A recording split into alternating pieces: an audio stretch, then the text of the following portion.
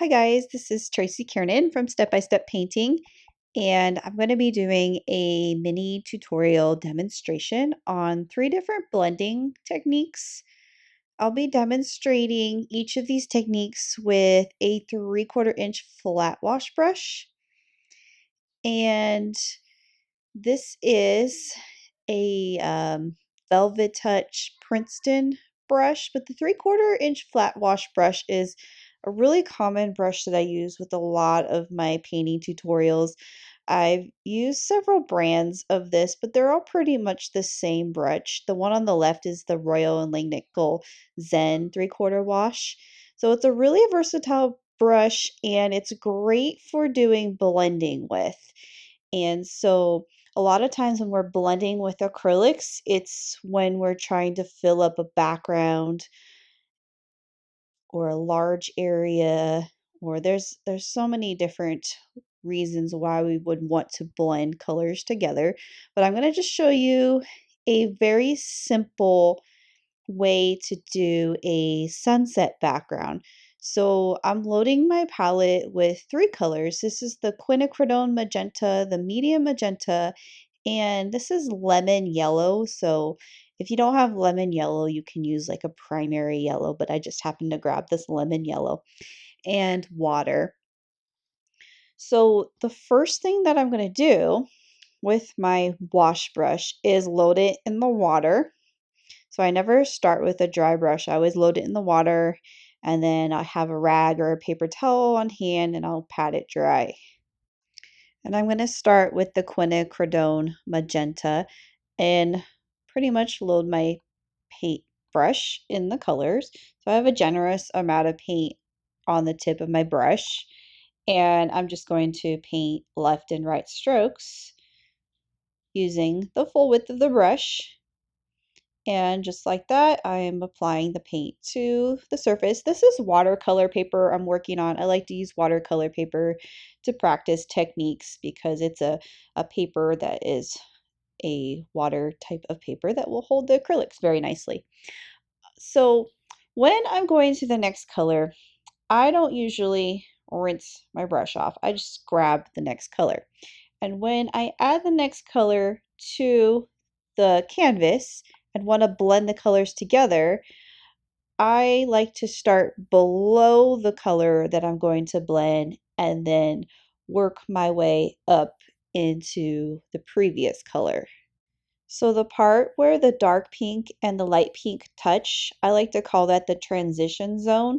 So where those 2 colors meet, I'm going to brush over that transition zone multiple times until those 2 colors kind of mesh together. So you see right there, that's what I'm doing. I'm working in the transition zone until they blend together. And then I can go ahead and load more pink on my brush and start working my way down the canvas. You may be wondering what happens if the paint is drying too fast, and unfortunately there are ways around it, but it's kind of the nature of acrylics, they dry fast. So using a little bit of water on your brush is helpful to keep the paints kind of more workable.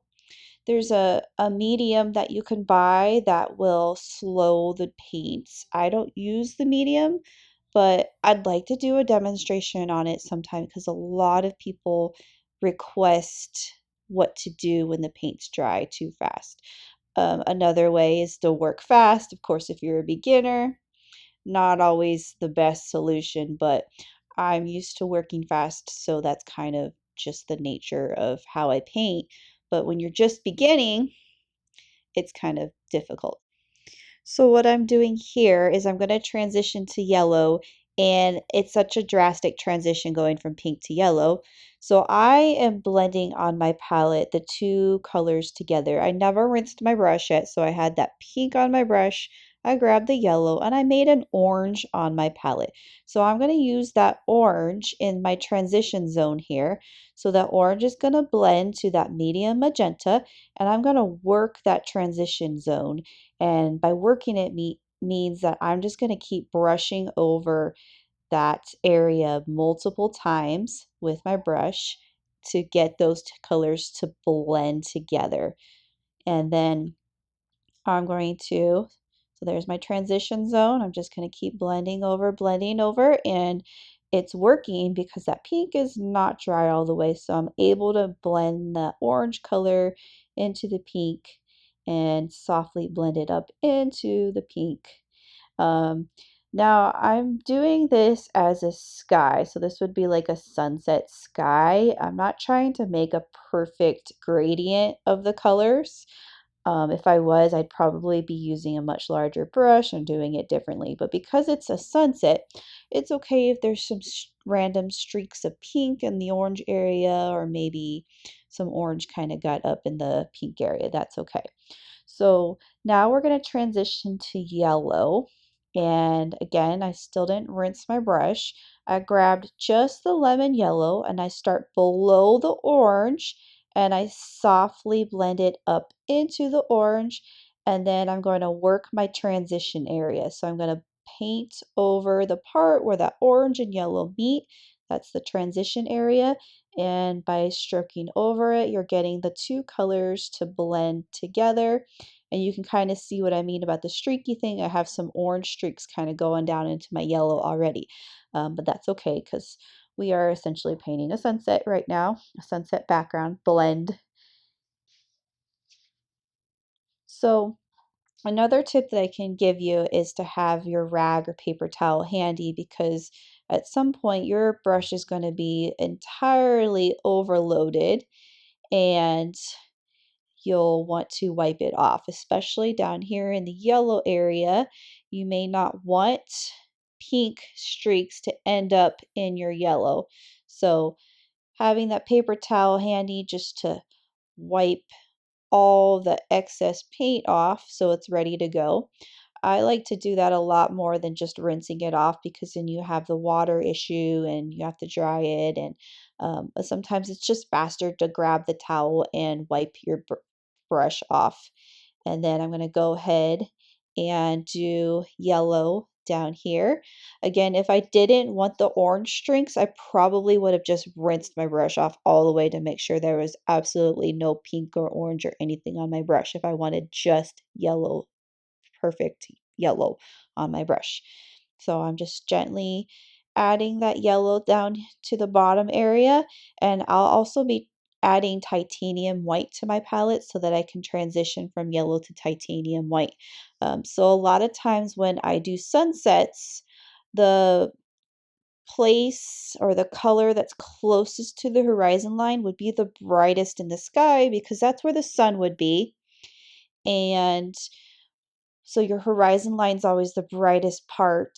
And to make it extra bright, you would add titanium white into it. So I went ahead and loaded titanium white onto my palette. I'm going to grab that white and start below the yellow, and I'm going to blend it back up into the transition area. Again, when you're working the transition area, you're going to stroke over that area multiple times. You're going to work the paint, put that paint to work, get it to mix together, grab your white, and then apply it below the area. If I didn't want the streaks in there, I would have rinsed off my brush all the way and dried it, and then do the white. But this is the brightest part of our sky, and then underneath that might be some mountains. If I was doing a lake, I would probably still define like maybe some mountains or land way in the distance. Unless it's an ocean, then I would probably define my ocean line where that ocean is. But then that's pretty much a basic sunset blend from your darkest color up at the very top to the very bright color of the white and yellow at the bottom. The second technique that I'm going to show you is circular blending, and this is a really popular technique because it yields stunning results. There's so many different compositions and things you can do with this. So this is the background that has like the moon or the sun in the center, and there's color radiating around the circle.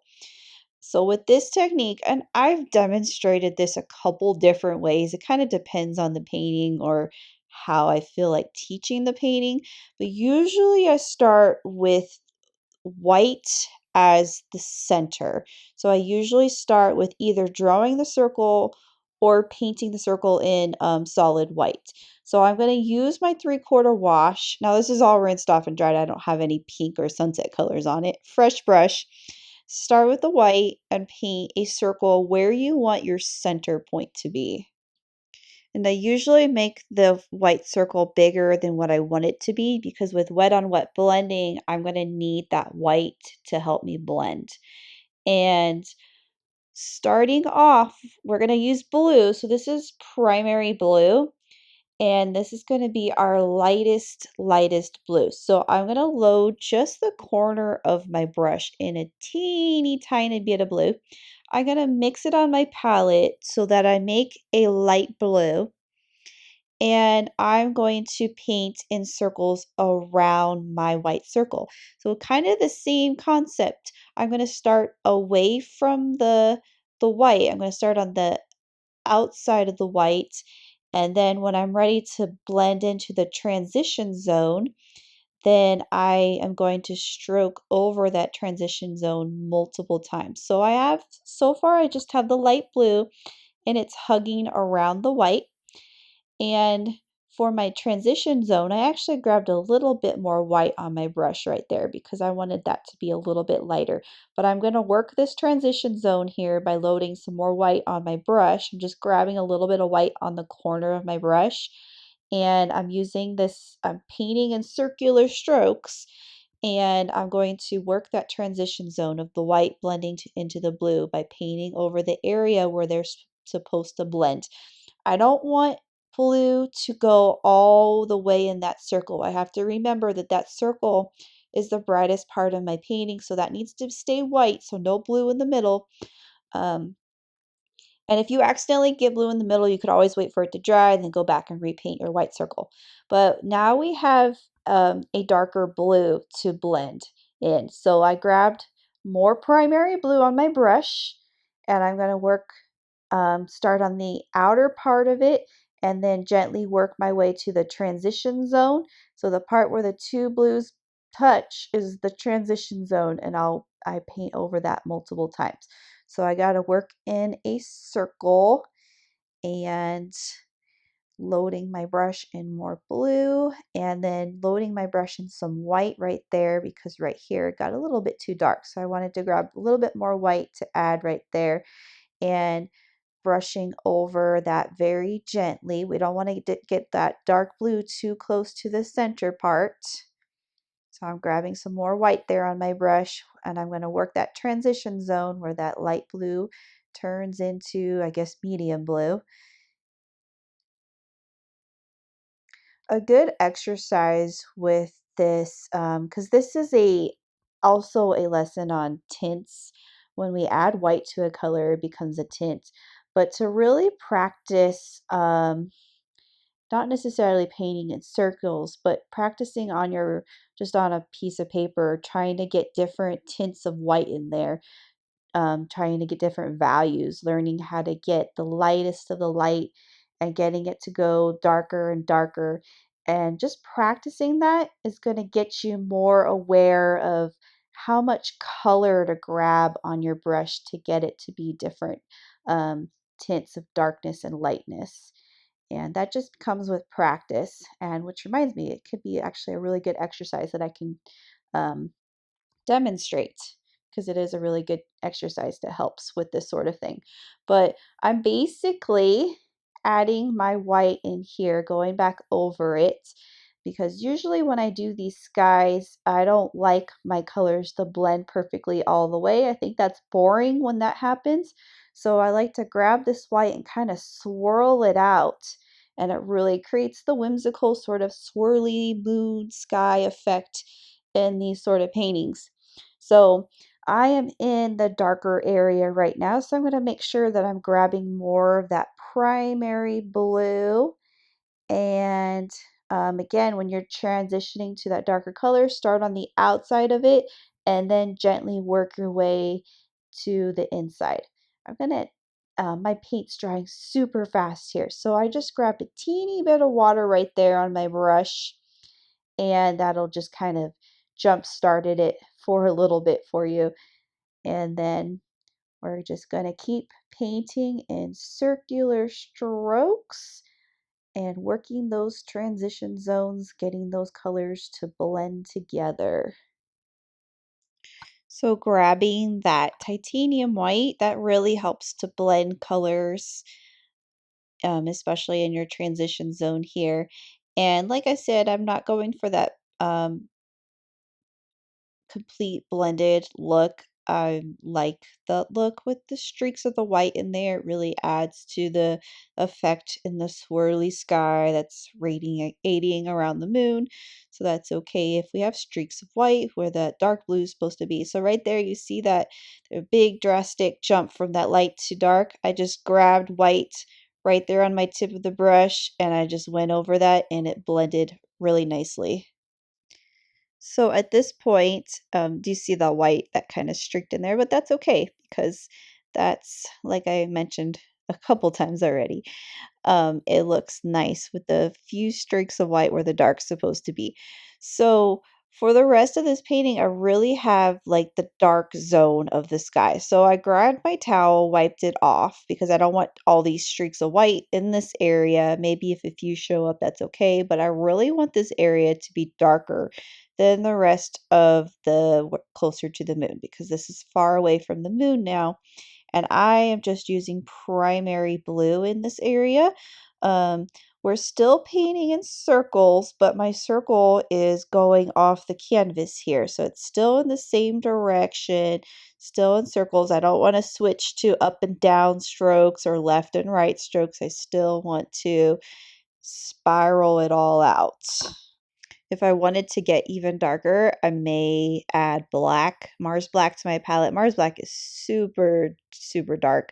Maybe like a Payne's gray or a Prussian blue or phthalo blue, so like a really dark blue. But I'm not going to finish this. I'm just going to leave it at that because that's just the basic circle blending of two colors. And there's so much you can do with that composition, so many different things you can do, like a tree branch and something sitting on the tree branch. It could be a snowy scene. So it's such a common type of blended background. This third technique I'm going to show you is, I call it the double loaded technique. I don't even know if there's a proper term for that, but it's going to be utilizing two colors blending on the canvas to create an abstract blended background.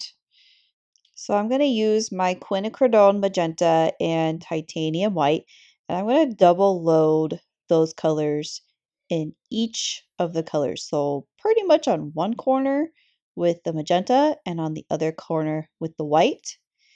And I'm going to paint up and down strokes. And you can see what's happening here. I'm going to grab a teeny tiny bit of water.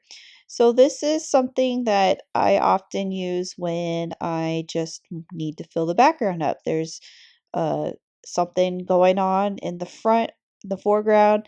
Let me think. My spring bicycle painting. If you're familiar with that one, I did that with Payne's gray and white. So I filled the entire background with this technique, this up and down blending technique. So the two colors are blending together, but not all the way. So if I keep stroking this over and over again, it's going to turn into a light pink color and it's going to be solid and not so abstract looking. And I can kind of vary this. I can grab some bits of white in there and have that white kind of blend. I can grab more bits of pink if I want areas of darker pink. So it's such a simple way to fill the background up, but there's so many different color combinations you can do. You can even do this with triple load if you load three colors on your brush and then have the three colors blend together. There's different variations of this too. I'm going to show you another variation of this double load technique if I was going to fill a whole background up. But we're going to do like flip-flopping the brush. So we grab that white and I call these X style strokes because we're taking the brush and we're flip-flopping it. or it's like we're painting the letter X everywhere, and those X's are what it's creating this textured look, and it's blending the color. And so if I wanted to do a background where it's blending from light to dark, I can control the amount of darkness that I have. So I just grabbed a little bit more magenta in there and I'm blending it with the white. Maybe I can grab some more white, blend it up in this area, and I can really kind of control what I want this background to look like. Or I can just take that technique and apply it to the entire background, not worrying about lights or darks, just doing the white and the pink all over it. Um, you could do a background where the center is super bright, so you would add a whole bunch of white right there in the center, and then you have the darker part on the outer part of that. I did my lovebirds painting.